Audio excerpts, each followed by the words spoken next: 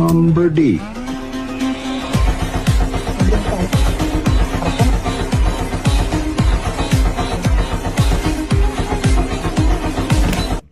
പതിനാലാം രാവുദിച്ചത് മാനത്തോ കല്ലായി കടവത്തോ